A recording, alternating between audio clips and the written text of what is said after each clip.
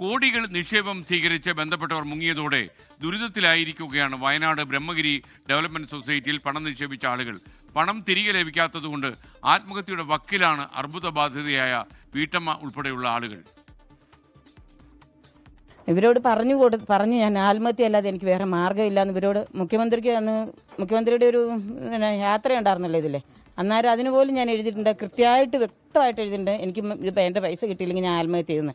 എന്നിട്ട് മുഖ്യമന്ത്രി പോലും അതിന് പ്രതികരിച്ചില്ല എന്നുള്ളത്. പക്ഷാഘാതം ബാധിച്ച ഭർത്താവിന്റെയും അർബുദ രോഗത്തിനുള്ള തന്റെ ചികിത്സയും കൂടാതെ മകളുടെ പഠനവും ഭാരിച്ച ചെലവ് വന്നതോടെയാണ് സ്ഥലം വിറ്റ് കിട്ടിയ പണം ആടിക്കുലി സ്വദേശി ആൻസി റോയി ബ്രഹ്മഗിരി ഡെവലപ്മെന്റ് സൊസൈറ്റിയിൽ നിക്ഷേപിച്ചത്.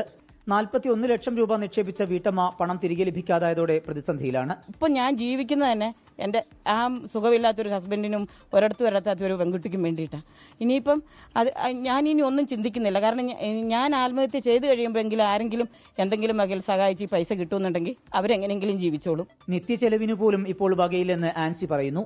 ഇതിലൂടെ ഇതേ അവസ്ഥയിലാണ് മറ്റു പല നിക്ഷേപകരും.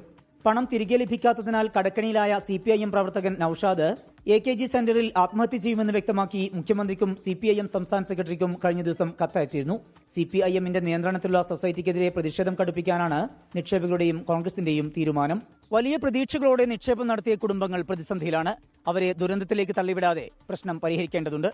വയനാട്ടിൽ നിന്ന് മനു ദാമോദറിനൊപ്പം സമീർ സി മുഹമ്മദ്, 24.